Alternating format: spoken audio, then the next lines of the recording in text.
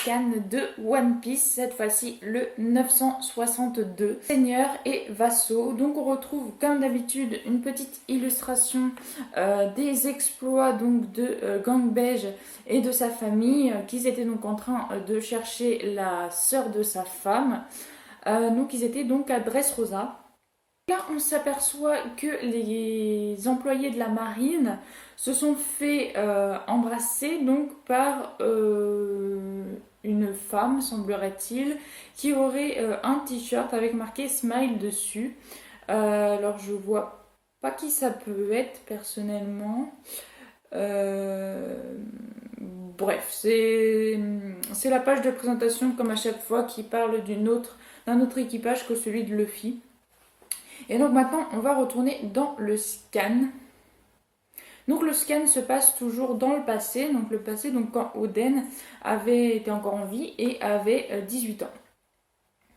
Et on s'était aperçu donc qu'il voulait protéger les hors-la-loi du village en faisant passer les crimes pour les siens, alors que c'est les crimes donc d'autres habitants du village, et qu'il s'était même fait radier et totalement dépourvu de son héritage de prince, en gros de roi. Wano Akumei, Oden, alors vous partez, ce sera plus tranquille, mais on va s'ennuyer. Après avoir été exilé de la capitale, il paraît qu'un monstre vit à Kuri, un démon du nom de Dashura Doji. Kuri est le cancer de Wano, même Sir Sukiyaki ne peut y intervenir. Pour un criminel, fuir à Kuri signifie échapper à la justice. Cependant, s'il n'est pas suffisamment fort pour y survivre, alors seule la mort l'attend. C'est une zone de non-droit, presque un autre pays. Intéressant, je vais me faire une petite balade dans Wano. Donc Kuri, je crois que c'est une zone de Wano, est-ce que je pense. Alors je suis vraiment désolée, hein, One Piece il a rattrapé vraiment très vite les scans et du coup il y a quelques passages qui sont passés peut-être inaperçus pour moi, que je n'ai pas forcément compris. C'est pour ça que des fois je mets du temps à réfléchir, à vous décrire ce qui se passe dans scan, à dire ce que j'en pense, tout simplement parce que j'ai encore des zones d'ombre que je pense qui ont déjà été dites et que moi personnellement j'ai peut-être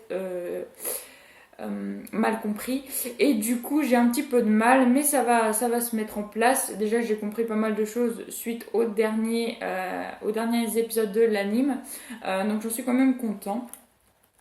Donc Oden qui s'apprête à quitter Wano pour aller à Kuri. Regarde donc ça, c'est la chambre qu'il occupait. Comment est-ce possible d'arriver à un tel résultat? Faisons-lui payer les réparations. On considère ça comme le paysage d'une catastrophe naturelle. Messire Yasui, vous êtes trop bon avec Oden. A disparu. Il était pourtant bien dans ce coffre. C'est difficile à dire, mais je l'ai vu. Sir Oden s'est mis l'or dans les poches en douce. Et donc là, on a Orochi qu'on avait vu qui était un subalterne de Yasui à l'époque, qui m'avait choqué sans plus parce que dans One Piece tout est lié. Donc forcément, je m'y attendais pas. Hein. C'est vrai que je m'y attendais vraiment pas du tout. Mais surpris, certes. Mais après, je me dis, Oda a vraiment de l'imagination et puis tout est lié, tout est toujours lié dans One Piece. Donc ça m'a surpris, mais après coup, je me dis que oui, d'accord, c'était plus ou moins logique. Évidemment que c'est lui, il mord la main qui l'a nourri, c'est impardonnable. Si c'était Oden, il l'aurait emporté sans se cacher. Tu es certain, Orochi? Oups. Oui, je suis désolée, j'avais trop peur, je n'ai pas pu l'arrêter. Et donc, on a Yasui qui n'est pas du tout sûr de ce que Orochi lui a dit, comme quoi il aurait volé de l'or. Le groupe d'Oden ayant quitté Akumei se dirige vers Kuri tout en semant le désordre sur son passage. Vous avez l'intention de me suivre jusqu'à où? Jusqu'au bout du monde. On t'adore, tu sais, Burke. Et donc là, on a justement le Kinemon d'avant. En fait, Kin, donc au scan précédent, j'avais pas capté que c'était donc Kinemon, le Kinemon qu'on connaît, que Luffy a vu depuis l'arc de Punk Hazard. Du coup, voilà, maintenant je sais que c'est vraiment lui, puisqu'on a vu Okiku qui d'ailleurs l'accompagnait et qui s'appelait pas comme ça dans le temps. Bref, donc eux deux veulent suivre Oden Oden. Voilà, on était suivant, on te protège, venez à l'intérieur, imbécile. Oui, donc en fait, ils étaient dehors. Oden, lui, est à l'intérieur en train de s'abriter parce qu'il pleut. Et les deux sont dehors parce qu'ils veulent le protéger de futurs assaillants. Et toi, tu fais quoi? J'ai écrit mon journal, il paraît les navigateurs font ça tous les jours sur leur bateau. La partie du voyage qui suit sera donc racontée à travers le pinceau d'Oden. Ça peut-il. Donc là, on a des carrés, c'est plus des bulles, et c'est bien sûr Oden qui écrit donc ce qu'il a pu vivre. Aringo rencontre avec deux frères crasseux et affamés. Ils tentent de gagner leur vie en dansant, mais les villageois se montrent peu réceptifs. Enfant d'un clan de danseurs, petit frère, et on dirait, donc c'est deux frères, donc c'est des garçons, et on dirait des filles, au fait quand ils dansent, ils ont des kimonos de femmes avec des espèces d'éventails, et son frère a une espèce d'instrument de musique, le frère il se fait plus garçon, mais par contre en premier plan on a donc Iso qui ressemble à une fille alors que visiblement c'est un garçon. Ils étaient les fils d'un clan de danseurs, mais leur père devint un criminel et la famille fut dispersée. Mange pas ça, petit merdeux. Et donc là, on n'a pas hésité à piquer dans leur pot-au-feu, toutes en pleurant. À Kibi, il y avait un yokai découpant les cheveux des morts comme des vivants. Mais c'était juste un type bizarre qui gagnait sa vie en fabriquant des pinceaux à l'aide de cheveux. Ah, et donc là, on s'aperçoit qu'il y a Kanjuro. Donc on voit comment Kanjuro les a rejoints. Donc après, pour bien sûr qu'ils deviennent les fourreaux rouges. Il essayait de prendre les miens, alors je l'ai envoyé valser et il nous a suivis. Oula, je me rends, je croyais que t'étais mort. Il ait été persécuté dans le passé, mais après tout, il ne peut s'en prendre qu'à lui-même. Il y avait des rumeurs concernant un terrible groupe de bandits se cachant dans les profondes forêts du Don. Ils enlevèrent les femmes et laissèrent les compagnons à moitié morts. Pourquoi vous me suivez à la fin ? Pourtant, il ne s'agit que de Reizo, ninja de génie qui avait quitté les Oniwaban du clan Kozuki après avoir été conduit par une Kunoichi. Et donc là, on a justement la rencontre avec Reizo, ex-Obikan du clan Kozuki. Donc c'était un ex d'une des Kunoichi de la famille de Kozuki qui lui-même était un ninja, c'est pour ça qu'il voulait épouser une Kunoichi. Je rappelle pour ceux qui ne sauraient pas qu'une Kunoichi c'est une femme ninja. Messieurs Oden, j'en ai marre de vivre en me cachant.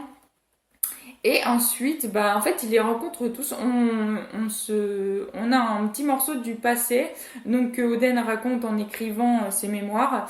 Et c'est justement la rencontre avec toutes les personnes qui se font considérer comme les 9 fourreaux rouges. Je trouve ça plutôt sympa de voir comment ils se sont formés. Plutôt intéressant. Kuri, terre de non-droit. Oden Kozuki à Kuri. Le sang du shogun coule en lui. Je veux le tuer. Capturez-le et amenez-le ici. Oui, chef et dirigeant, c'est ceux que je déteste le plus. Le puissant monstre de Kuri, Ashura Doji, justement, ils ont parlé de lui aux épisodes, quelques petites bulles auparavant, comme quoi à Kuri il y avait un chef et que ce chef était redouté. Où est parti Oden? Il a dit qu'il allait faire caca, il est allé vers le sud, c'était pas hier. C'est le genre à disparaître pendant un jour ou deux sans souci, non? Et Reizo, le sud, c'est vers Kuri. Oui, donc je vous avais pas dit, excusez-moi, mais les deux garçons qui les ont rejoints, les deux petits que je vous disais, ils ressemblaient plus à des filles qu'à des garçons, ils les ont également rejoints, donc maintenant ils sont au nombre de 7. Merde alors, j'ai juré de donner ma vie pour lui. Voilà que je vais être en retard pour la bataille. Regardez, je vais être en retard pour la bataille. Et donc là, ils se précipitent tous pour aller essayer d'aider Oden, qui lui, visiblement, a cherché le grabuge. Après avoir détruit la porte, l'odeur de la mort, du sang et de la violence était partout. T'es bien Oden Kozuki, un autre monde habitué par des pulsions meurtrières. J'ai été rogné et je n'ai aucun nom à vous annoncer. Toutes dirigées vers moi. Chacun est libre d'entrer, mais ceux qui veulent partir, on les tue. Apparemment, c'était ça la règle ici. C'était plutôt strict ici, pas un endroit où des gens peuvent vivre. Dites à votre boss qu'un samouraï vient d'arriver. Et donc on a Oden qui, ça y est, qui est en train d'attaquer donc ceux qui lui barrent le chemin. M'interdire de partir à moi, c'est le pire ordre qu'on pouvait me donner. Dépêchons-nous, il faut retrouver Oden. Regardez la montagne, un nuage de poussière dû à un combat, c'est forcément lui. Oden-san, les renforts sont là. Eux alors, ils sont venus jusqu'ici. Ah, désolé, vous arrivez après la bataille, elle a duré toute la nuit, ça a même pris une journée complète en fait. Wow. Et donc là, on voit Oden qui, donc, tous les assaillants sont morts ou KO, et il est justement sur leur boss, hein, le grand qui était soi-disant, Ashura justement, qui était soi-disant très très fort, imprenable, etc., etc. Et là, il est carrément assis dessus sur son cadavre ou pas, mais en tout cas, il ne bouge plus. C'est Ashura, le terrible démon, et on a donc bien sûr son équipage, si je puis dire, qui est arrivé, mais trop tard, le combat était déjà terminé. Dépêche-toi de me tuer, de toute manière, il fallait que ça arrive un jour, je n'ai aucun regret.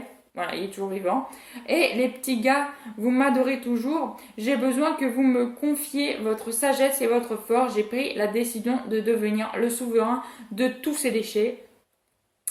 Voilà, donc Oden qui veut vraiment sauver en gros les populations les plus démunies, qui essayent de se battre tout seul, et Oden veut devenir leur chef à tous.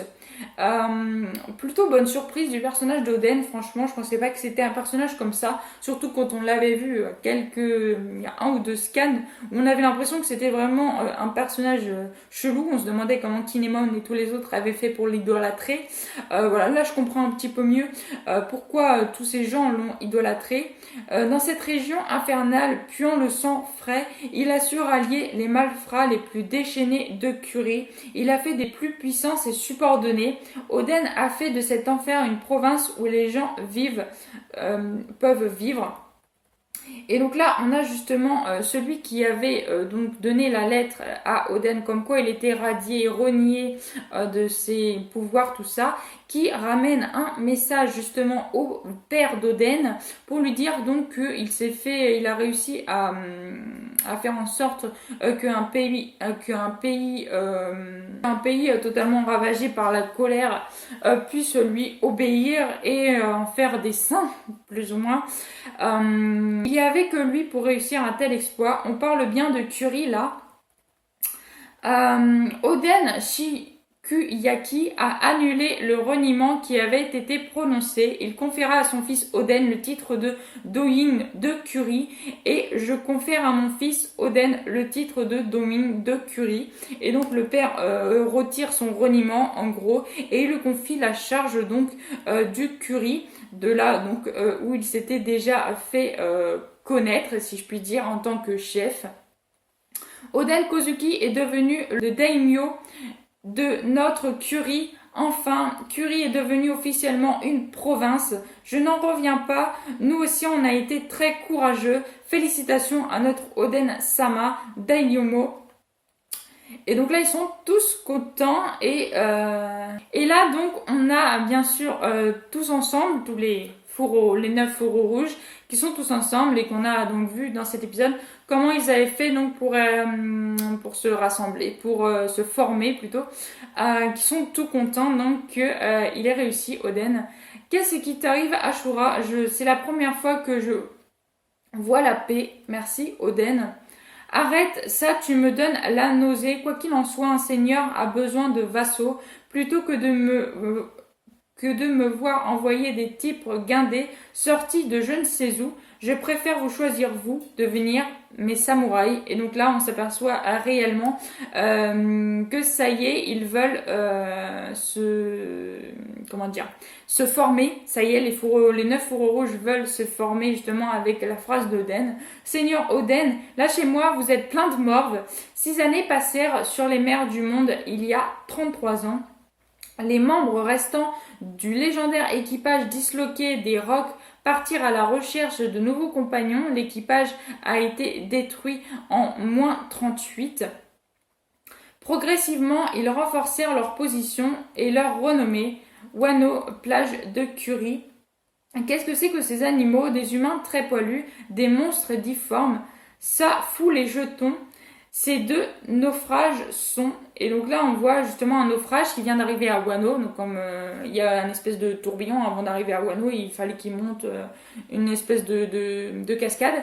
Donc là, on voit le naufrage et puis des personnes qui ne semblent pas des humains. En tout cas, ils ont beaucoup de poils, des espèces d'animaux humains, comme on sait qu'il existe dans One Piece. Enfin, il existe toutes sortes de créatures dans One Piece, vous me direz. Mais qui viennent donc d'arriver à Wano. Et apparemment, ça se passerait donc 6 ans après.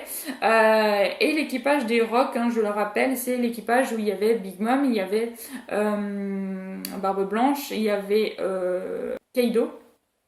Voilà, il y avait plein de grands pirates dans cet équipage-là. Donc ça promet franchement d'être très intéressant encore au scan prochain. Voilà, en tout cas, franchement, bonne petit scan où donc on apprend comment Oden a pu former les 9 fourreaux rouges, comment il a pu reprendre le pouvoir, être chef, comment son père a enlever son reniement en gros. Voilà, on apprend quand même pas mal de choses dans ce scan comme à chaque fois. Et franchement, à chaque fois on apprend énormément de choses dans les scans, on est toujours plus ou moins surpris de ce qui se passe. Là il n'y a pas beaucoup de surprises, on a simplement le fait de savoir comment est-ce que les 9 fourreaux rouges se sont assemblés. C'était franchement plutôt sympa. Donc voilà, en tout cas j'espère que vous aurez aimé cette vidéo. Si vous avez aimé, n'hésitez pas à liker, à commenter, à partager et à vous abonner, ça me ferait vraiment très très plaisir. Je vous souhaite une excellente fin de journée, portez-vous bien et moi je vous dis à la prochaine. Ciao ciao.